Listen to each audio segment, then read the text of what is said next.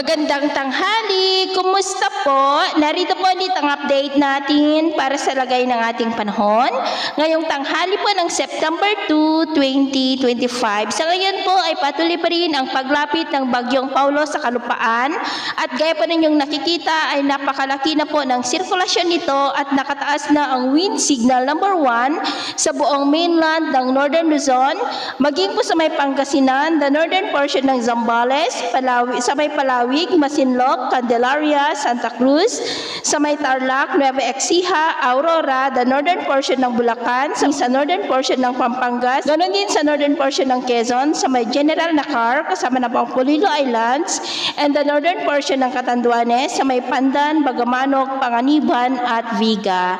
Asahan natin na mas maraming lugar pa ang makakaranas ng wind signals na posibleng hanggang sa wind signal number 3 or number 4 hanggang bukas ng umaga. Bago po mag-landfall sa kalupaan, posibleng sa may Isabela, unang tatama. Ngayon, ang bagyo ay nasa layo ng 598 km east, northern part ng Quezon. At mamaya po ay posibleng nasa silangan na ng Aurora at bukas ng madaling araw, nasa silangan na po yan ng Isabela at maghapon nga bukas natawirin ang Northern Luzon, posibleng mula Isabela, Mountain Province at Ilocos Sur. Pero asahan natin na bahagya po na tataas o bahagya na bababa ang track nito. Ngunit pinaka-apektado pa rin ang Northern Luzon at apektado rin ang Central Luzon and nearby areas.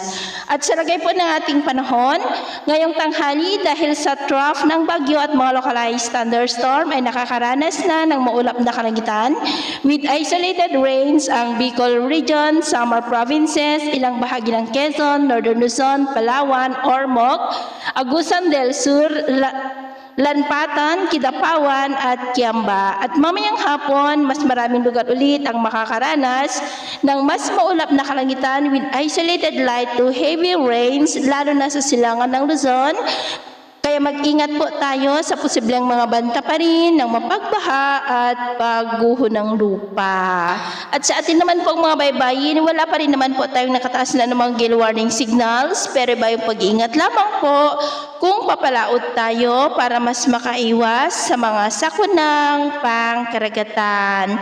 So, ito po ang latest update natin sa araw na ito. At ako po muli si Gems na nagsasabing, sa kahit na pagsubok po na darating sa ating buhay, huwag po tayong mawawalan ng pag-asa. Thank you and God bless!